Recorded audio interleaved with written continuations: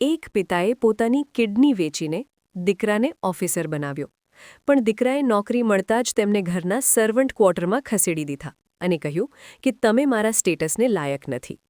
વૃદ્ધ પિતા ચૂપચાપ ગામ પાછા ચાલ્યા ગયા.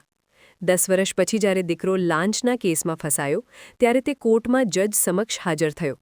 જજે પોતાનું માથું ઊંચું કર્યું તો દીકરો આ જોઈને જમીન પર ઢળી પડ્યો અને તેની જીભ ચૂપ થઈ ગઈ, કારણ કે સામે તો રાતના છેલ્લા પહોરમાં છત પર પડતા ધોધમાર વરસાદનો અવાજ કાચા મકાનની વીરાનીમાં વધારો કરી રહ્યો હતો. રૂમમાં સળગતા પીળા બલ્બના પણ અંતિમ શ્વાસ ચાલી રહ્યા હતા, બિલકુલ એ જ રીતે જેમ ખાટલા પર બેઠેલા રમેશજીની આશાઓ. સામે લાકડાના તૂટેલા મેજ પર માથું મૂકીને રાજીવ બેઠો હતો, જેના ખભા ડૂસકાથી ધ્રુજી રહ્યા હતા. દરેક ડૂસકા સાથે તે રમેશજીના વૃદ્ધ હૃદય પર એક ખંજર ચલાવી રહ્યો હતો. પપ્પા, તમે નહીં સમજો. રાજીવે માથું ઊંચું કર્યું. તેનો અવાજ ખૂબ જ તીખો હતો અને લહેજામાં ડરની ઝલક હતી. આ ફક્ત નોકરી નથી, અમારી જિંદગીનો સવાલ છે. જો આવતીકાલે બપોર સુધીમાં મેં તે 5 લાખ રૂપિયા જમા ન કરાવ્યા તો મારું એપોઇન્ટમેન્ટ લેટર કેન્સલ થઈ જશે. બધી મહેનત, બધા સપના માટીમાં મળી જશે. લોકો હસશે કે મોચીનો દીકરો ઓફિસર બનવા ચાલ્યો હતો. રમેશજીએ પોતાના ખરબચડા, મહેનતથી ચાળણી જેવા થયેલા હાથોને એકબીજા સાથે ઘસ્યા. એ હાથ જેમણે આખી જિંદગી લોકોના જૂતા બનાવીને રાજીવને યુનિવર્સિટી સુધી પહોંચાડ્યો હતો, આજે એટલા ખાલી હતા કે દીકરાના આંસુ લૂછવાને પણ કાબિલ નહોતા. બેટા, ભગવાન બહુ મોટો કારીગર છે. કોઈને કોઈ રસ્તો તો તે જરૂર કાઢશે. કયો રસ્તો પપ્પા? રાજીવ ચીસો પાડી ઉઠ્યો. તેના અવાજમાં માયુસીનું તૂફાન હતું. કોણ આપશે અમને ઉધાર? આપણું ઘર પહેલેથી જ ગીરવી મૂકેલું છે. તમારી તબિયત પણ હવે જવાબ આપી ચૂકી છે. સચ્ચાઈ તો એ છે કે ગરીબ માણસને સપના જોવાનો કોઈ અધિકાર જ નથી હોતો. મને માફ કરી દો, હું કદાચ તમારા માટે બોજ બની ગયો છું. રાજીવ ફરીથી મેજ પર માથું મૂકીને રડી પડ્યો. રૂમમાં ઘેરી ખામોશી છવાઈ ગઈ.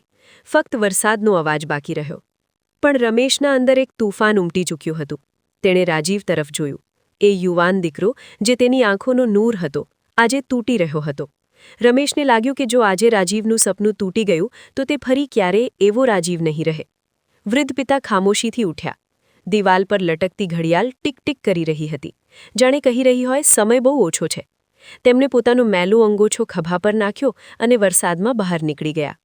રાજીવને લાગ્યું કે કદાચ પિતા હંમેશની જેમ મંદિરે જઈ રહ્યા છે પ્રાર્થના કરવા માટે. પણ તેને ક્યાં ખબર હતી કે આજે તે પિતા પ્રાર્થના કરવા નહીં, પણ એ પ્રાર્થનાઓનું દેવું ચૂકવવા જઈ રહ્યા છે. શહેરની સડકો સૂની હતી અને પાણીથી ભરેલી હતી. રમેશની જૂની ચપ્પલ કાદવમાં લપસી રહી હતી, પણ તેમના પગલાં ડગમગતા નહોતા. તેમની મંજિલ શહેરની એ પ્રાઇવેટ હોસ્પિટલ હતી, જેના પાછળના ભાગમાં હંમેશા શાંત હવાઓ હોય છે.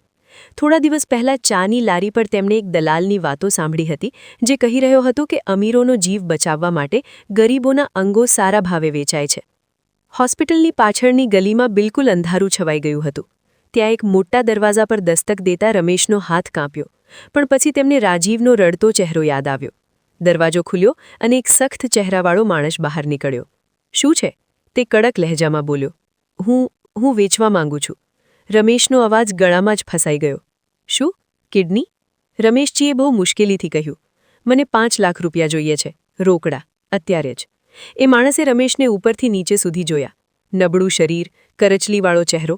તેણે મોટી નફરતથી માથું હલાવ્યું. અરે બુઢ્ઢા, તારા શરીરમાં જીવ જ નથી. તારી કિડની શું કામ કરશે? પહેલાં તો ટેસ્ટ થશે, મેચ થઈ ગઈ તો પછી જોવામાં આવશે. ચલ અંદર. આ પછીના 4 કલાક રમેશ માટે કયામતથી ઓછા નહોતા. તેમને ઠંડા સફેદ રૂમમાં લઈ જવામાં આવ્યા. ત્યાં મશીનોના અજીબોગરીબ અવાજો હતા, નસોમાં સોય ભોંકાવાનો દર્દ અને ડોક્ટરોની અસંવેદનશીલ વાતો. તેઓ તેમને માણસ નહીં પણ માંસનો એક ટુકડો સમજી રહ્યા હતા. બ્લડ ગ્રુપ મેચ કરી ગયું છે. કિસ્મતવાળો છે બુઢ્ઢો. મોટી પાર્ટી પણ આ વખતે ઇમરજન્સીમાં છે. સારા પૈસા મળી જશે. ઓપરેશન થિયેટરની લાઇટ ઓન થઈ. રમેશને સ્ટ્રેચર પર સુવડાવવામાં આવ્યા. તેમને લાગ્યું કે જાણે તે પોતાની ચિતા પર સૂઈ રહ્યા છે. જ્યારે ડોક્ટરે બેહોશીનું માસ્ક લગાવ્યું તો રમેશે આંખો બંધ કરી લીધી. છેલ્લો ખ્યાલ જે તેમની ડૂબતી નજરોમાં ઉભર્યો તે રાજીવનો ઓફિસરના યુનિફોર્મમાં હસતો ચહેરો હતો. મારા દીકરાનું ભવિષ્ય, તે દિલમાં દોહરાવતા રહ્યા અને પછી અંધારું છવાઈ ગયું. જ્યારે આંખ ખુલી તો પેટની જમણી તરફ ભયંકર જીવલેણ દર્દ ઉઠી રહ્યું હતું. એવું લાગી રહ્યું હતું કે જાણે કોઈએ ગરમ સળિયા શરીરની આરપાર કરી દીધા હોય. એ દર્દથી કણસવા માંગતા હતા, પણ ગળું સૂતાઈ ગયું હતું. રૂમમાં એ જ દલાલ ઊભો હતો. તેના હાથમાં એક ભારે કવર હતું. "આ લે બુઢા, પૂરા 5 લાખ રૂપિયા છે. એમાં દવાઓની પરચી પણ છે. ચૂપચાપ પાછળના દરવાજાથી નીકળી જા. અને સાંભળ, જો તે કોઈને જણાવ્યું તો પોલીસ કેસ તારી જ ગરદન પર ડખાવી દઈશ. આ બધું ગેરકાયદેસર છે." રમેશે ધ્રુજતા હાથોથી કવર પકડ્યું. એ નોટો નહોતી, એ રાજીવની જિંદગી હતી. દર્દની તપીશથી તેમનું શરીર પરસેવેથી ભીંજાઈ ચૂક્યું હતું. તેઓ બહુ મુશ્કેલીથી ઉઠ્યા. દરેક પગલે તેમને લાગતું હતું કે તેમનું શરીર 2 ભાગમાં વહેંચાઈ જશે. ટાંકા હજી કાચા હતા, ઘાવ પણ તાજો હતો. ડોક્ટરે તેમને ઓછામાં ઓછા 3 દિવસ આરામ કરવાની સલાહ આપી હતી, પણ તેમની પાસે 3 કલાક પણ નહોતા. રાજીવનો ઇન્ટરવ્યૂ હતો, તે પહેલાં જ પૈસા જમા કરાવવાના હતા અને સવાર થવાની હતી. તેઓ હોસ્પિટલમાંથી બહાર નીકળ્યા. સવારનો હલકો પ્રકાશ ફેલાઈ રહ્યો હતો. વરસાદ રોકાઈ ચૂક્યો હતો, પણ ઠંડી હવાના ઝોંકા તેમના ઘાવ પર નમક છાંટી રહ્યા હતા. તેમની પાસે રિક્ષા કરાવવા માટે પણ પૈસા નહોતા, કારણ કે તેઓ 1 રૂપિયો પણ એ 5 લાખમાંથી ખર્ચવા નહોતા માંગતા. તેઓ પગપાળા ચાલી પડ્યા. ઘરનો રસ્તો ઘણો લાંબો હતો. રમેશ વારંવાર રોકાતા, દિવાલનો સહારો લેતા અને પછી લાંબો શ્વાસ ખેંચતા. તેમનો રંગ સફેદ પડી ચૂક્યો હતો. હોઠ પીળા પડી રહ્યા હતા.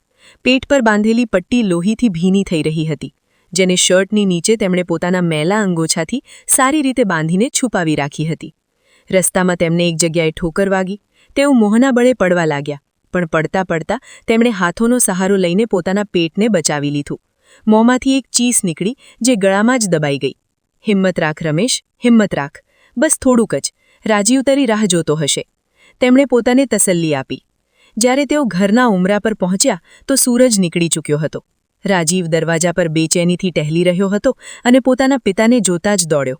"પપ્પા, તમે ક્યાં ચાલ્યા ગયા હતા? હું કેટલો પરેશાન થઈ ગયો હતો." રમેશે કંઈ કહ્યા વિના જ ધ્રુજતા હાથોથી એ કવર રાજીવ તરફ વધારી દીધું. રાજીવે આશ્ચર્યથી એ કવર ખોલ્યું તો નોટોની ગડ્ડીઓ જોઈને તેની આંખો ફાટી ગઈ. "પપ્પા, આટલા બધા પૈસા? તમે આ બંદોબસ્ત કરી લીધો? મને તો વિશ્વાસ જ નથી થઈ રહ્યો. હવે હું ઓફિસર બનીશ પપ્પા, હું ઓફિસર બનીશ." ખુશીના માર્યા રાજીવ આગળ વધીને પોતાના પિતાને જોરથી ગળે લગાવી લીધા. જેવો રાજીવનો દબાણ રમેશના તાજા ઘાવ પર પડ્યો, વૃદ્ધ પિતાના શરીરમાં દર્દની એક લહેર દોડી ગઈ. તેમની આંખોની આગળ અંધારું છવાઈ ગયું. શ્વાસ રોકાઈ ગયા. એક પળ માટે લાગ્યું કે જીવ નીકળી જશે. મોંમાંથી હળવી કણસ નીકળી. રાજીવે તેમને છોડીને નોટ ગણવાનું શરૂ કરી દીધું.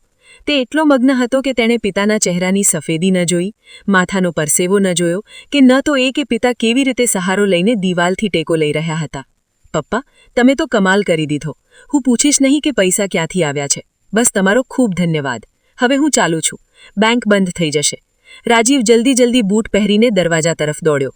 જતા જતા પલટ્યો અને સ્મિત કરીને બોલ્યો, "પપ્પા, જ્યારે મારો પહેલો પગાર મળશે ને તો તમને નવા કપડાં અપાવીશ." રાજીવ ચાલ્યો ગયો. રમેશજી દરવાજાની ચોખટ પકડીને ત્યાં જ બેસી ગયા. તેમણે ધ્રુજતા હાથોથી પોતાનો અંગોછો હટાવ્યો અને પેટ પર બાંધેલી પટ્ટીને જોઈ, જેના પર લોહીના તાજા ડાઘ ઉભરી રહ્યા હતા. તેમની હળવી સ્મિત સાથે આકાશ તરફ તેમણે જોયું. "હે ભગવાન, તારો આભાર કે મારો દીકરો જીતી ગયો. મારો હિસ્સો હારી ગયો તો શું થયું?" તેમને એ ખબર નહોતી કે તેમણે ફક્ત કિડની જ નથી વેચી, પણ પોતાની ઇજ્જત, પોતાની મમતા અને પોતાનું વૃદ્ધત્વ પણ દીકરાના પગમાં મૂકી દીધું છે, જે કદાચ ક્યારેય આ કુરબાનીનો અહેસાસ સમજી નહીં શકે. રૂમમાં ખામોશી હતી અને બહાર ગલીમાં રાજીવના ઝડપી પગલાંનો અવાજ દૂર થતો જતો હતો. દૂર, બહુ દૂર. સમયનું પૈડું પોતાની રફતારથી ફરતું રહ્યું અને હાલાતે એવો પલટો ખાધો કે એ કાચું મકાન અને તૂટેલી ખાટલી અતીતનું એક ધૂંધળું સપનું બનીને રહી ગયા. રાજીવની મહેનત, જે ખરેખર રમેશના લોહી, કિડનીની કુરબાની અને અગણિત પ્રાર્થનાઓ પછી આવી હતી, રંગ લાવી. અને તેને એ સરકારી પદ મળી ગયું જેનું સપનું તે બાળપણથી જોતો હતો. નોકરી મળતા જ રાજીવની દુનિયા બદલાઈ ગઈ. સરકાર તરફથી તેને આલીશાન બંગલો મળ્યો, જેની ચારે બાજુ માળીઓ હર વખત કામ કરતા હતા. દરવાજા પર ચમકતી સરકારી ગાડી અને ડ્રાઈવર હાજર રહેતા હતા. ઓફિસમાં ડઝનો કર્મચારી તેના એક ઇશારા પર હાજર રહેવા તૈયાર રહેતા હતા. રાજીવ હવે ફક્ત રાજીવ નહોતો રહ્યો, તે રાજીવ સાહેબ બની ગયો હતો. દોલત અને તાકાતનો નશો એક એવું ઝેર છે જે માણસની નસોમાં બહુ ખામોશીથી ઉતરે છે અને સૌથી પહેલાં તેની યાદશક્તિને ધૂંધળી કરી દે છે. રાજીવ સાથે પણ એવું જ થયું.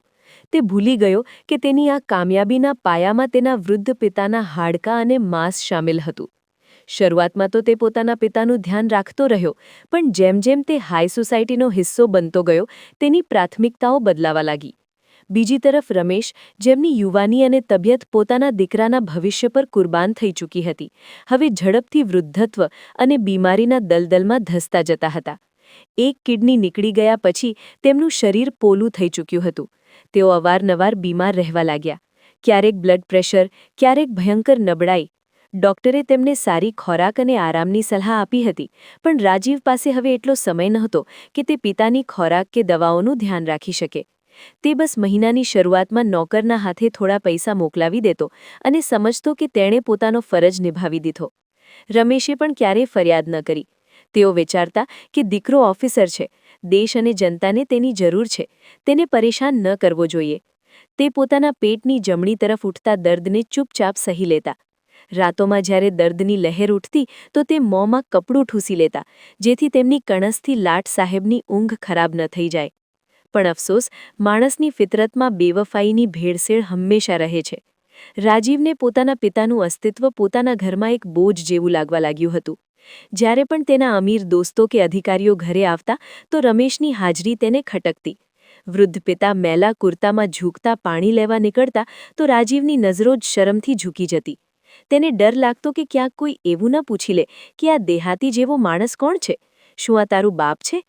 ધીમે ધીમે રાજીવે તેમને ડ્રોઈંગ રૂમમાં આવવાની ના પાડી દીધી.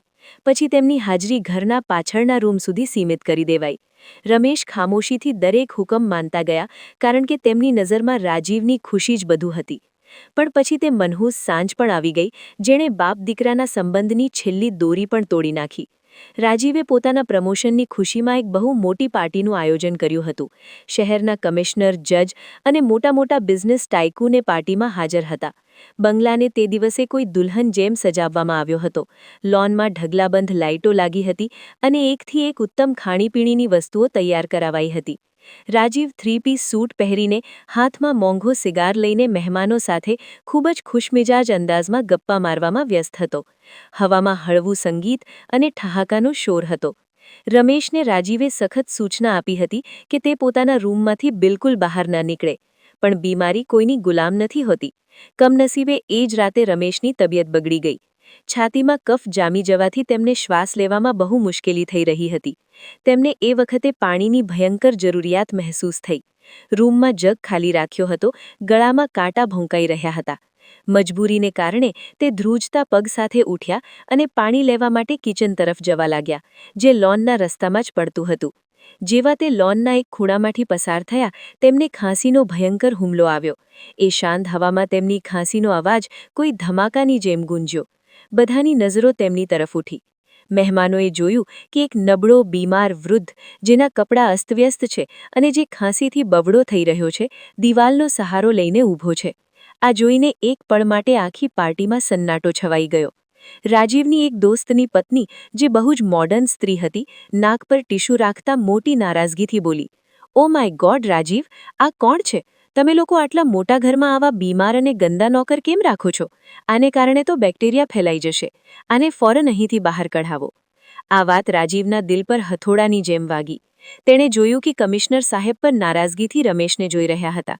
રાજીવનો ચહેરો ગુસ્સે અને શરમથી લાલચોળ થઈ ગયો. તેણે ઝડપથી આગળ વધીને નોકરને ઇશારો કર્યો કે તે રમેશને અંદર લઈ જાય અને પોતે મહેમાનોથી માફી માંગવા લાગ્યો. "સોરી એવરીવન, આ ખરેખર ગામમાંથી આવેલો એક જૂનો નોકર છે. તેનું દિમાગી સંતુલન પણ કંઈ ઠીક નથી. હું આપ સૌની માફી માંગુ છું." રાજીવે કહી તો દીધું, પણ તેના અંદર હવે એક લાવા ફાટી ચૂક્યો હતો. પાર્ટી પૂરી થવાની રાહ તેના માટે સદીઓની રાહ જેવી થઈ ગઈ હતી. રાત ગયા જ્યારે છેલ્લો મહેમાન પણ વિદાય થયો તો રાજીવ સીધો રમેશના રૂમમાં તોફાન બનીને દાખલ થયો. રમેશ એ વખતે ખાટલા પર સૂતા હાંફી રહ્યા હતા. દીકરાને જોઈને તેમણે બહુ મુશ્કેલીથી સ્મિત કરવાની કોશિશ કરી. કદાચ તે જણાવવા માંગતા હતા કે તેમને શ્વાસ લેવામાં બહુ મુશ્કેલી થઈ રહી છે, પણ રાજીવે તેમને બોલવાનો મોકો જ ના આપ્યો. "બસ, બહુ થઈ ગયું પપ્પા." રાજીવ જોરથી ત્રાડ પાડ્યો. તેના અવાજમાં એ રોબ હતો જે તે પોતાના નોકરો પર ઝાડતો હતો. "મેં તમને ના પાડી હતી ને? મેં કહ્યું હતું કે બહાર ન નીકળતા? પણ તમે મારી વાતની કોઈ ઇજ્જત ન રાખી. તમને ખબર છે આજે મારી પાર્ટીમાં કોણ લોકો આવ્યા હતા? શહેરના એકથી એક મોટા સ્ટેટસવાળા લોકો, અને તેમની સામે તમે મારી ઇજ્જતની અર્થી કાઢી નાખી. એ સ્ત્રીએ તમને નોકર સમજ્યો અને હું તેને જણાવી પણ ન શક્યો કે તે મારા પિતા છે, કારણ કે મને શરમ આવતી હતી. હા, મને શરમ આવતી હતી કે એક ઓફિસરનો બાપ આટલો જંગલી અને બદતમીઝ કેવી રીતે હોઈ શકે. આ સાંભળતા જ રમેશની આંખો આશ્ચર્યથી ફેલાઈ ગઈ. તેમણે તો સપનામાં પણ નહોતું વિચાર્યું કે તેમનો દીકરો, જેના માટે તેમણે પોતાનું શરીર સુદ્ધા વેચી નાખ્યું, તેમને પોતાના માટે શરમનું કારણ સમજશે. તે કંઈક કહેવા માંગતા હતા. કદાચ એ કે બેટા, મારી કિડની તારા ભવિષ્ય માટે કુરબાન થઈ હતી, એટલી મારી કમર ઝૂકી છે. પણ તેમણે પોતાની જીભ ન ખોલી. રાજીવનો ગુસ્સો હજી શાંત નહોતો થયો. તે રૂમની દિવાલો તરફ ઇશારો કરતા બોલ્યો, જુઓ પપ્પા, આ ડ્રામા હવે વધારે નહીં ચાલે. મારું એક સોશિયલ સ્ટેટસ છે. મારે સોસાયટીમાં મેન્ટેન થઈને રહેવાનું છે અને સારી રીતે મૂવ થવાનું છે. તમારું આ રીતે ખાંસવું અને આ હુલિયો મારા લાઇફસ્ટાઇલ સાથે મેચ નથી કરતો. હું આ મેન્ટલ સ્ટ્રેસ હવે વધારે સહન નહીં કરી શકું. એટલે મેં નિર્ણય કર્યો છે કે આવતીકાલે સવારે તમે તમારો સામાન ઉઠાવો અને પાછળના સર્વન્ટ ક્વાર્ટરમાં શિફ્ટ થઈ જાઓ. એ જગ્યા અલગ છે, ત્યાં તમને કોઈ નહીં જુએ અને તમે પણ ત્યાં સુકૂનથી રહેશો. તમારું ખાવાનું અહીંથી પહોંચાડી દેવામાં આવશે અને ભગવાન ખાતર ઘરના સામેના હિસ્સામાં આવવાની કોશિશ ન કરતા. આ શબ્દો નહોતા, ખંજર હતા જે રમેશના કાલજામાં ઉતરતા ચાલ્યા ગયા. રાજીવ આ કહીને પાછો ફર્યો અને ઝડપથી બહાર નીકળી ગયો. દરવાજો બંધ થવાના અવાજ સાથે જ રમેશના અંદર કંઈક તૂટી ગયું. કદાચ એ ભ્રમ જે તેમણે વર્ષોથી પાળી રાખ્યો હતો, એ જ રાતે પથ્થર બનીને ઢળી પડ્યો. તે આખી રાત પથરાયેલી આંખોથી છતને તાકતા રહ્યા. તેમને પોતાનું એ ઓપરેશન યાદ આવ્યું, એ દર્દ યાદ આવ્યું જે તેમણે હસીને સહી લીધું હતું. તેમને લાગ્યું કે આજે તેમની બધી કુરબાની બેકાર ચાલી ગઈ. તેમણે સવારની રાહ ન જોઈ. તેમની પાસે સામાનના નામે હતું જ શું? એક જૂની માળા, 2 જોડી કપડાં અને રાજીવના બાળપણની એક તસવીર. તેમણે ધ્રુજતા હાથોથી એ તસવીર ઉઠાવી, તેને છાતીએ લગાવી અને પોતાની પોટલીમાં નાખી દીધી. તેમણે રૂમ પર એક છેલ્લી નજર નાખી. આ એ જ રૂમ હતો જ્યાં તે દીકરાની પાસે હોવાના અહેસાસ સાથે જીવતા હતા. પણ હવે અહીં તેમના માટે કોઈ જગ્યા નહોતી. તે ઉઠ્યા, બૂટ પહેર્યા અને દરવાજો ખોલીને બહાર આવી ગયા. રાતનું છેલ્લું પહર હતું. બંગલાની લાઇટ બંધ થઈ ચૂકી હતી. ચારે તરફ સન્નાટો હતો, સિવાય આ વૃદ્ધ પિતાના દિલના. તેઓ લોનમાંથી થતા ગેટ તરફ વધ્યા. ગેટ પર હાજર ચોકીદાર, જે રમેશની ઇજ્જત કરતો હતો, તેમને જોઈને ચોંકી ગયો. બાબાજી, બધું ઠીક તો છે? સર્વન્ટ ક્વાર્ટર તો પાછળ છે. તમે ગેટ તરફ કેમ જઈ રહ્યા છો? અને આ સામાન? રમેશ રોકાયા. તેમણે પલટીને એ આલીશાન મહેલને જોયો જે તેમના લોહી પરસેવાથી ઊભો હતો, પણ જેમાં તેમના માટે 2 ગજ જગ્યા પણ નહોતી.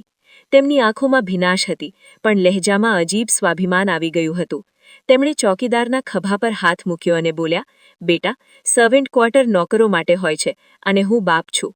જો દીકરાના ઘરમાં બાપની જગ્યા ન રહી તો પછી નોકર બનીને રહેવું મને મંજૂર નથી. હું પાછો મારી માટીમાં જઈ રહ્યો છું, જ્યાં સ્ટેટસ નહીં, સુકૂન હોય છે. ચોકીદાર આશ્ચર્યચકિત થઈને તેમને જોતો જ રહ્યો. રમેશે ગેટ ખોલી નાખ્યો. તેમણે પાછળ ફરીને ન જોયું. સડક લાંબી અને સૂની હતી, બિલકુલ તેમની જિંદગી જેમ. તે ધીમે ધીમે અંધારામાં ખોવાઈ ગયા. પાછળ રાજીવ પોતાના મખમલી પલંગ પર બેખબર સૂઈ રહ્યો હતો. તેને અંદાજો નહોતો કે તેના ઘરની છત તૂટી ચૂકી છે અને હવે તે ખુલ્લા આકાશ નીચે આવનારા તોફાનના રહેમો કરમ પર છે. પિતાને ઘરમાંથી કાઢ્યાના લગભગ 2 વર્ષ પછી એક દિવસ રાજીવને કોઈ સરકારી કામકાજ સિલસિલામાં એ વિસ્તારમાંથી પસાર થવું પડ્યું જ્યાં તેનું પોતાનું ગામ હતું. ન જાણે કયા ખ્યાલથી તેણે ડ્રાઈવરને ગાડી ગામના કાચા રસ્તા પર વાળવાનો ઇશારો કરી દીધો. કદાચ અંતરાત્માની કોઈ હળવી કણી જાગી હતી કે પછી માત્ર એ જોવાની જિજ્ઞાસા હતી કે આ વૃદ્ધ પિતા હવે કયા હાલમાં છે. જ્યારે તેની ચમકતી ગાડી ગામના કાચા આંગણામાં ઊભી રહી તો ધૂળનો એક વાદળ ઓળ્યો. રાજીવે નાક પર રૂમાલ રાખ્યો અને ગાડીમાંથી નીચે ઉતર્યો. સામેનું દ્રશ્ય કંઈક અલગ જ હતું. તે વિચારી રહ્યો હતો કે પિતા બીમારીથી પથારીમાં પડ્યા તડપાતા હશે, પણ તેણે જોયું કે રમેશ આંગણામાં વાંસની ખાટલી પર બેઠા હુક્કો પી રહ્યા હતા. તેમના ચહેરા પર શહેરવાળી સફેદી અને પરેશાનીને બદલે એક અજીબ આત્મિક સુકૂન અને લાલી હતી. કપડાં સાધારણ પણ સ્વચ્છ હતા. રાજીવ ધીમા પગલે આગળ વધ્યો. પપ્પા, તેણે અવાજ દીધો. રમેશે માથું ઊંચું કર્યું. દીકરાને જોઈને તેમની આંખોમાં એ જૂની ચમક પાછી આવી, પણ આ વખતે એ આંખોમાં પોતાના દીકરાની મોહબ્બત સાથે સાથે એક અજાણ્યાપણાનો ભાવ પણ હતો. રાજીવે ઔપચારિકતા નિભાવ્યા પછી કહ્યું, પપ્પા, હું અહીંયાથી પસાર થઈ રહ્યો હતો તો વિચાર્યું કે તમને લઈ જાઉં. શહેરમાં બહુ મોટા ડૉક્ટર સાથે વાત કરી લીધી છે. તમે મારી સાથે ચાલો. હું તમારો ઉત્તમ ઇલાજ કરાવીશ. ત્યાં તમને દરેક પ્રકારની સુવિધા મળશે. અહીંની ધૂળ માટીમાં તમે બીમાર થઈ જશો.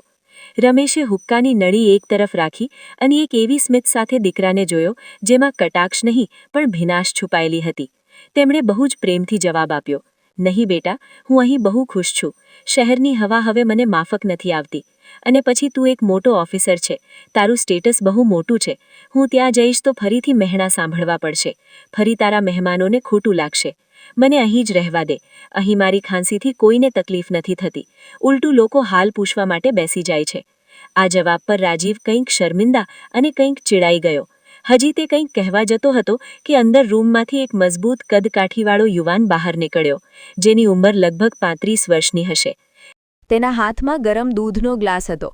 તેણે રાજીવને નમસ્તે કર્યું અને બહુ જ ઇજ્જતથી ગ્લાસ રમેશના હાથમાં થમાવતા બોલ્યો, ચાચાજી, આ પી લો. ડૉક્ટરે કહ્યું છે કે આ તમારી છાતી માટે બહુ સારું. રાજીવે કપાળ પર કરચલી પાડતા તેને જોયો. તે યુવાન તેને કંઈક જાણીતો લાગ્યો. રમેશે યુવાનના માથા પર પ્રેમથી હાથ મૂકતા પરિચય કરાવ્યો.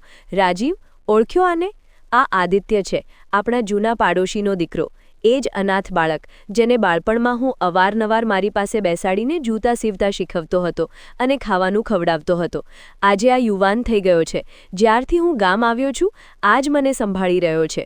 આ મારો દીકરો બનીને મારી સેવા કરે છે. મારી દવા, મારા કપડાં, અહીં સુધી કે મારી જિંદગીની દરેક જરૂરિયાતનું ધ્યાન આ જ રાખે છે. રાજીવે આદિત્યને માથાથી પગ સુધી મોટી નફરત અને ધૃણાથી જોયો. આદિત્યના કપડાં મામૂલી હતા અને પગમાં જૂની ચપ્પલો હતી. રાજીવની નજરમાં તે ફક્ત એક દેહાતી ગમાર હતો. રાજીવના ઘમંડે તેને એ મંજૂર ન કર્યું કે તે આટલા કમતર માણસ સાથે વાત કરે. તેણે પરેશાન થઈને કહ્યું, પપ્પા, તમે પણ કેવા લોકોના મોઢે લાગી ગયા છો? આ લોકો મતલબ વિના કોઈની સેવા નથી કરતા. જરૂર તેની નજર તમારી જમીન જાયદાદ પર હશે. ધ્યાન રાખજો. સમજી ગયા ને તમે? આદિત્યએ રાજીવની વાત સાંભળી લીધી, પણ તેણે માથું ઝુકાવી લીધું અને કોઈ જવાબ ન આપ્યો. બસ ખામોશીથી રમેશના પગ દબાવવા બેસી ગયો. રાજીવને આ દ્રશ્ય જોઈને બહુ કુંઠા મહેસૂસ થઈ કે એક બિન માણસ તેના પિતાનો દીકરો બનીને બેઠો છે. જો કે તે પોતે આ સંબંધને ઠુકરાવી ચૂક્યો હતો. તેણે પોતાની ટાઈ ઠીક કરી અને પછી બહુ જ લાપરવાહીથી બોલ્યો, ઠીક છે પપ્પા, જેવી તમારી મરજી. હું તો તમારી ભલાઈ માટે જ કહી રહ્યો હતો. જો તમને આ જ પ્રકારની ગંદકી અને આવા લોકોની વચ્ચે રહેવું પસંદ છે તો પછી હું શું કરી શકું? આ કહીને રાજીવે પાછું વળીને પણ ન જોયું અને ગાડીમાં જઈને બેસી ગયો. ગાડી ધૂળ ઉડાડતી પાછી શહેર તરફ રવાના થઈ ગઈ. રાજીવને અંદાજ પણ નહોતો કે જે યુવાનને તેણે ધૃણાથી જોયો છે એ જ આદિત્ય તેની કિસ્મતનું ફેસલો કરવાનો છે અને જે સ્ટેટસના નશામાં તે પોતાના પિતાને છોડીને આવ્યો છે એ નશો બહુ જ જલ્દી તૂટી જવાનો છે. 10 વર્ષનો સમય પલક ઝપકતા જ વીતી ગયો. સમય ક્યારેય રોકાતો નથી, પણ પોતાની પાછળ એવા નિશાન છોડી જાય છે જે ભૂંસાયા નથી ભૂંસાતા. એ 10 વર્ષોમાં રાજીવે તરક્કી કરી. એ તમામ સીડીઓ કૂદી ગયો હતો જેના પર ચડવા માટે ઈમાનદાર લોકોને વર્ષો લાગી જાય છે. હવે તે ફક્ત એક ઓફિસર નહોતો, પણ આખા ડિપાર્ટમેન્ટનો શૈતાન બની ચૂક્યો હતો. લાંચ હવે તેની જરૂરિયાત નહીં, પણ આદત અને હવસ બની ચૂકી હતી. તેના બેંક એકાઉન્ટ કાળી કમાણીથી ઉભરાઈ રહ્યા હતા. શહેરના સૌથી મોંઘા પોશ વિસ્તારમાં તેનું ફાર્મ હાઉસ હતું. ગેરેજમાં કરોડોની લક્ઝરી ગાડીઓ ઊભી હતી અને તેના સ્ટેટસનું એ આલમ હતું કે મોટા મોટા મંત્રી અને અધિકારી પણ તેને મળવા માટે સમય લેતા હતા. રમેશનું નામ અને ચહેરો તેના દિલ દિમાગની કોઈ ઊંડી અંધારી સુરાખમાં દફન થઈ ચૂક્યો હતો. ક્યારેક ક્યારેક જ્યારે તે એકલો હોય કે શરાબના નશામાં ડૂબેલો હોય તો તેને એક ધૂંધળું સપનું આવતું કે કોઈ વૃદ્ધ આ ઘરમાંથી કઢાયો હતો, પણ તે આ ખ્યાલને તરત જ ખંખેરી નાખતો, કારણ કે તેના અંતરાત્માનો અવાજ સોનાના સિક્કાના ખણખણાટમાં દબાઈને રહી ગયો હતો. રાજીવને લાગતું હતું કે તેને હવે કોઈની જરૂર નથી. તેને પૂરો ભરોસો હતો કે તેની પાસે જે દોલત છે એ દરેક દરવાજો ખોલી શકે છે, દરેક મોઢું બંધ કરી શકે છે. પણ તે ભૂલી ગયો હતો કે ભગવાનની લાકડી બે અવાજ હોય છે અને જ્યારે તે વરસે છે તો બચાવવા માટે કોઈ સહારો મળતો નથી. અને આ રીતે તેના પાપનો ઘડો પણ હવે ભરાઈ ચૂક્યો હતો. તેના કર્મોનું ફળ મળવાની શરૂઆત એક મામૂલી બનાવથી થઈ. એક દિવસ તેની ઓફિસમાં એક હદથી વધારે વૃદ્ધ અને લાચાર માણસ તેની પેન્શનની ફાઇલ લઈને આવ્યો. એ શખ્સ ધ્રુંજતા હાથોથી રાજીવની સામે ઊભો આજીજી કરી રહ્યો હતો. સાહેબજી, મારા ઘરમાં રોટલાના સાંસા છે, મારી દીકરી બીમાર છે, ભગવાન ખાતર મારા કાગળો પર સહી કરી દો. એ વૃદ્ધનો ચહેરો રમેશ સાથે ઘણો મળતો આવતો હતો. તેની આંખોમાં એ જ બેબસી હતી જે 10 વર્ષ પહેલા રમેશની આંખોમાં હતી, જ્યારે તે સર્વન્ટ્સ ક્વાર્ટર તરફ જઈ રહ્યા હતા. પણ રાજીવના દિલ પર તો હવે પથ્થર પડી ચૂક્યા હતા. તેણે મોટી નફરતથી વૃદ્ધને ધક્કો મારતા કહ્યું, અરે બુઢ્ઢા, અહીં કહાણી ન સંભળાવ. જો ફાઇલ આગળ વધારવી છે તો તેના માટે પૂરા 500 રૂપિયા લાગશે, નહીં તો અહીંથી ચાલ્યો જા. એ વૃદ્ધે આકાશ તરફ આંગળી ઊંચી કરીને બસ એટલું જ કહ્યું, સાહેબ, મારો ભગવાન બધું જોઈ રહ્યો છે, યાદ રાખજો. અને પછી તે ચાલ્યો ગયો. રાજીવ આ વાત પર હસી પડ્યો, પણ તેને નહોતી ખબર કે આ વૃદ્ધની હાય આકાશ સુધી પહોંચી ચૂકી છે. એ જ રાતે જ્યારે રાજીવ પોતાના ફાર્મહાઉસમાં રંગીન મહેફિલ જમાવીને બેઠો હતો અને એશો આરામની નરક જેવી અય્યાશીઓમાં ડૂબેલો હતો, ત્યારે અચાનક બહારથી સાયરનના અવાજો ગૂંજવા લાગ્યા. એ પહેલાં કે તે કંઈ સમજી શકે, મેઇન ગેટ એક જોરદાર ધમાકાથી તૂટી ગયો અને એન્ટી કરપ્શન બ્યુરો અને પોલીસની ભારે ટીમ અંદર દાખલ થઈ. એ કોઈ મામૂલી છાપો નહોતો. રાજીવ ચીસ પાડ્યો, તમે લોકો જાણતા નથી હું કોણ છું? હું હમણાં જ આઈજીને ફોન કરીશ. હું ચાહું તો પીએમ સુધીને બોલાવી લઉં. પણ ઓફિસર ઇન ચાર્જ આગળ વધ્યો અને તેના મોં પર એક જોરદાર તમાચો જડી દીધો. આ થપ્પડ ફક્ત તેના ગાલ પર નહીં, પણ તેના સ્ટેટસના પટલ પર પણ લાગ્યો હતો. તું હવે કંઈ નથી રાજીવ, બસ તારો ખેલ ખતમ થઈ ચૂક્યો છે, ઓફિસરે ઠંડા લહેજામાં કહ્યું. રાજીવની આંખોની સામે તેના ઘરની તલાશી શરૂ થઈ ગઈ. દિવાલોમાં લાગેલા લોકર્સ તોડવામાં આવ્યા. બેડરૂમમાંથી બંડલ પર બંડલ ફાઇલો નીકળી. જેવી સીલિંગને ઉખાડવામાં આવી, ત્યાંથી નોટોની ગડ્ડીઓનો વરસાદ થવા લાગ્યો, જેમાં સોનાના બિસ્કિટ પણ નીકળ્યા.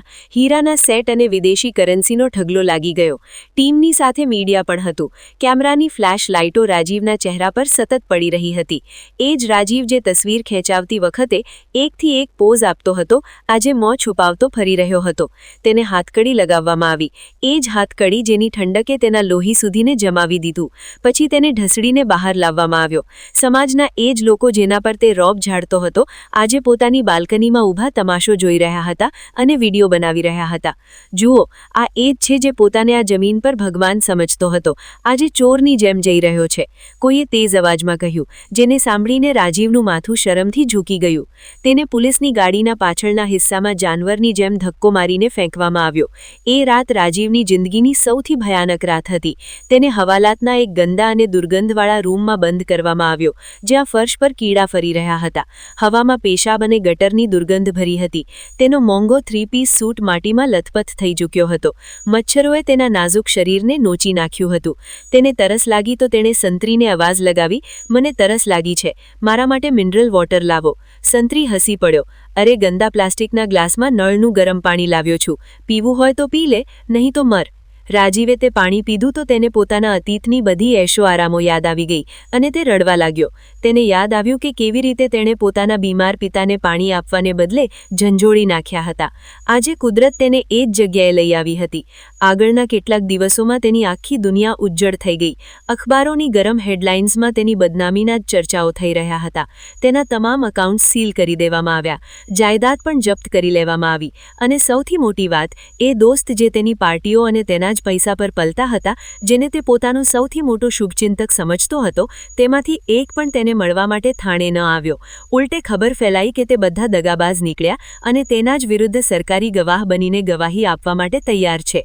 રાજીવ બિલકુલ એકલો રહી ગયો હતો. તેનો ઘમંડ માટીમાં મળી ચૂક્યો હતો. થોડા દિવસ પછી તેનો વકીલ, જેને તેણે ભારે ફીસ આપીને હાયર કર્યો હતો, માયુસીથી માથું ઝુકાવીને તેને મળવા આવ્યો. રાજીવે સળિયાની પાછળથી બેતાબીથી પૂછ્યું, શું થયું? મારી જામીન ક્યારે થઈ રહી છે? હું તને બહુ જ બધા મોં માંગ્યા પૈસા આપીશ, બસ મને અહીંથી કાઢ, મારો અહીં દમ ઘૂંટાઈ રહ્યો છે. વકીલે અફસોસથી માથું હલાવ્યું અને એક એવી ખબર સંભળાવી જેણે રાજીવના પગ નીચેથી બચેલી કૂચેલી જમીન પણ ખેંચી લીધી. રાજીવ, બધું મામલો બહુ બગડી ચૂક્યો છે. તારા વિરુદ્ધ બધા પુરાવા બહુ પાક્કા છે, પણ તેનાથી પણ ખરાબ ખબર એ છે કે તારો કેસ જે જજની અદાલતમાં લાગ્યો છે તે આ શહેરનો જ નહીં, પણ આખા પ્રાંતનો સૌથી સખત અને ઉસૂલ પસંદ જજ માનવામાં આવે છે. લોકો તેને જલ્લાદ જજ કહે છે, કારણ કે તે મુજરીમને માફ કરવું ગુનો સમજે છે. સાંભળ્યું છે કે તે ભલામણ તો દૂરની વાત છે, કોઈની શકલ જોઈને પણ પોતાનો ફેસલો નથી બદલતો. આજ સુધી તેની અદાલતમાંથી કોઈ પણ લાંચખોર ઓફિસર બચીને નથી નીકળ્યો. મેં કોશિશ કરી કે જજ બદલાઈ જાય, પણ તેમાં પણ મને નિષ્ફળતા મળી. આવતીકાલે સવારે તારી પેશી છે અને સાચું કહું તો મને કોઈ આશા દેખાતી નથી. તું બસ ભગવાનથી પ્રાર્થના કર કે તે તારા પર થોડો દયા ખાઈ લે, જો કે તે દયાના શબ્દથી અજાણ જ લાગે છે. વકીલ ચાલ્યો ગયો અને રાજીવ સળિયાને પકડીને સન્ન રહી ગયો. સખત જજ, આ શબ્દ તેના દિમાગમાં હથોડાની જેમ વાગી રહ્યો હતો. તેને પોતાની બરબાદી સામે નજર આવવા લાગી. તે આખી રાત સૂઈ ન શક્યો. ક્યારેક તેને વૃદ્ધ પેન્શનરની બદ્દુઆ યાદ આવતી, ક્યારેક પોતાના પિતાનો ચહેરો અને ક્યારેક પોતાની કરેલી જ્યાદતીઓ. તેને લાગતું હતું કે આવતીકાલનો સૂરજ તેની જિંદગીનો છેલ્લો સૂરજ હશે. તે સપનાની જેમ ધ્રુજી રહ્યો હતો. તેને ખબર નહોતી કે જે અદાલતમાં તે રજૂ થવા જઈ રહ્યો છે ત્યાં કાયદાનું ત્રાજવું તો હશે જ, પણ કુદરતે તેના માટે એક એવો સરપ્રાઇઝ રાખ્યો છે જે તેની આત્મા સુધીને પીગળાવી દેશે. બીજા દિવસે સવારે પોલીસ વેન તેને લઈને અદાલત તરફ રવાના થઈ. રાજીવની આંખો સૂજી ગઈ હતી, હાથ બંધાયેલા હતા અને દિલ ડૂબી રહ્યું હતું. તે વિચારી રહ્યો હતો, કોણ છે એ જજ? શું તે મારી દોલતથી નહીં ખરીદી શકાય? શું તે મારા આંસુ જોઈને પીગળી જશે કે પછી તે જ મારો સાચો અંજામ લખી દેશે? અદાલતનો રૂમ લોકોથી ખીચોખીચ ભરેલો હતો. મીડિયાવાળા અને તમાશો જોવાવાળા બધા લોકો આ મોટા કેસનો ફેસલો જોવા આવ્યા હતા. રાજીવને કઠેરામાં ઊભો કરી દેવાયો. તેના પગ કાંપી રહ્યા હતા. તેનું એ માથું જે ક્યારેક તુનક મિજાજીથી એટલું ઊંચું રહેતું હતું કે તેને જમીન પર ચાલતા કીડા મકોડા નજર જ નહોતા આવતા, આજે શર્મ અને ખૌફના બોજથી એટલું ઝૂકી ચૂક્યું હતું કે ઉઠી જ નહોતું રહ્યું. તેના હાથોમાં લાગેલી હાથકડીની ઠંડક તેના હાડકાં સુધી ઉથઈ ચૂકી હતી. દિલની ધડકનો તેના કાનોમાં હથોડાની જેમ વાગી રહી હતી. વકીલ ફાઇલો પલટી રહ્યા હતા અને લોકો તમાશો જોવા માટે તેની તરફ ઘૂરી રહ્યા હતા. અચાનક અદાલતમાં અવાજ ગુંજ્યો, બાઅદબ, બા મુલાયઝા હોશિયાર. રૂમનો સુકૂન તૂટી ગયો. બધા લોકો ઊભા થઈ ગયા. રાજીવે હિંમત ભેગી કરીને ધ્રુજતા દરવાજા તરફ જોયું. ત્યાંથી જ તે જજ દાખલ થવાનો હતો, જેના વિશે મશહૂર હતું કે તેની કલમ ક્યારેય ખોટો ફેસલો નથી લખતી, ન ક્યારેય રહેમ ખાય છે. દરવાજો ખુલ્યો. જજ સાહેબ કાળા રિવાજી ગાઉનમાં આત્મવિશ્વાસથી ભરેલા પગલે અંદર આવ્યા. તેમના ચહેરાની રોબદાર ચમકે રૂમ પર જાણે કબજો કરી લીધો. તેઓ પોતાની સીટ પર બેઠા અને ફાઇલ પર તીક્ષ્ણ નજર નાખી. રાજીવે હિંમત કરીને એક નજર જજના ચહેરા પર નાખી અને જેવી તેની નજર જજ સાથે મળી, સમય જાણે થંભી ગયો. તેની આંખો આઘાતથી ફેલાઈ ગઈ. ગળામાં ચીસ અટકી ગઈ. તેના પગ નીચેથી જમીન ખસી ગઈ. સામે જજની ખુરશી પર બેઠેલો શખ્સ બીજો કોઈ નહીં પણ આદિત્ય હતો. એ જ ગામનો અનાથ છોકરો, એ જ પાડોશી જેને 10 વર્ષ પહેલાં રાજીવે પોતાના ઘરની પાસે જોઈને નફરતથી ધક્કો માર્યો હતો, જેને તેણે લાલચી દેહાતી અને ગમાર કહીને અપમાનિત કર્યો હતો. આજે એ જ આદિત્ય મસીહા નહીં પણ ન્યાયાધીશ બનીને તેની સામે બેઠો હતો. રાજીવનું શરીર શૂન્ય થઈ ગયું. તે રેલિંગ પકડીને પોતાને પડવાથી બચાવવા લાગ્યો. આદિત્યએ પણ રાજીવને જોયો. તેની આંખોમાં ઓળખની ચમક હતી, પણ નફરત નહીં, પણ એક ગહેન દુઃખ અને અફસોસ હતો.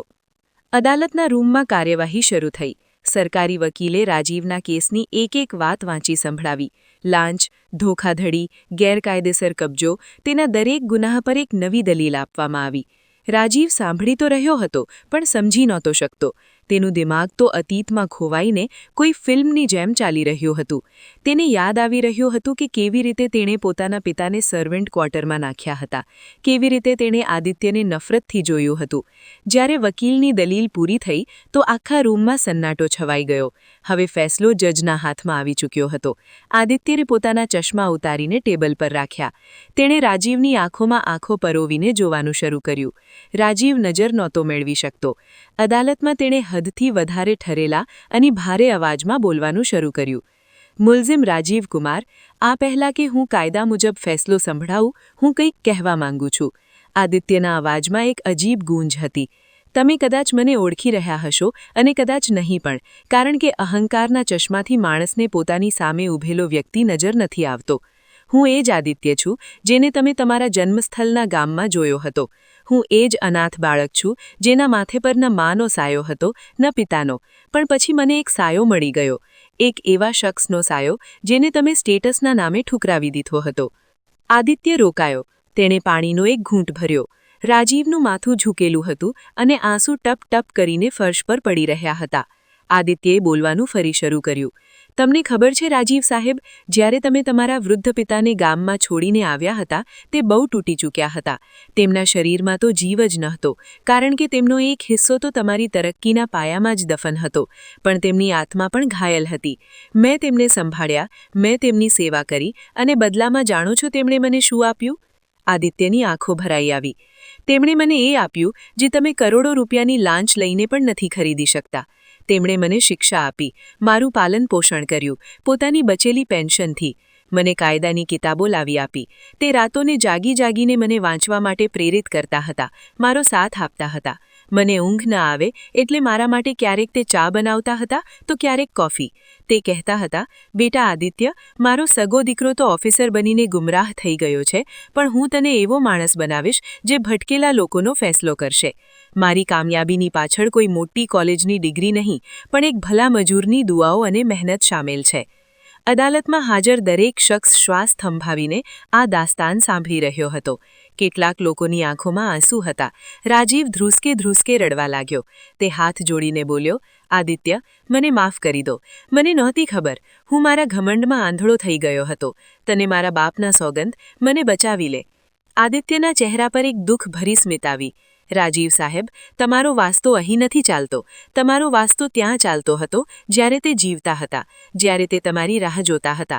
આજે હું ફક્ત આદિત્ય નથી, આજે હું કાયદો છું, અને કાયદો આંધળો હોય છે પણ બેમુરવ્વત નહીં.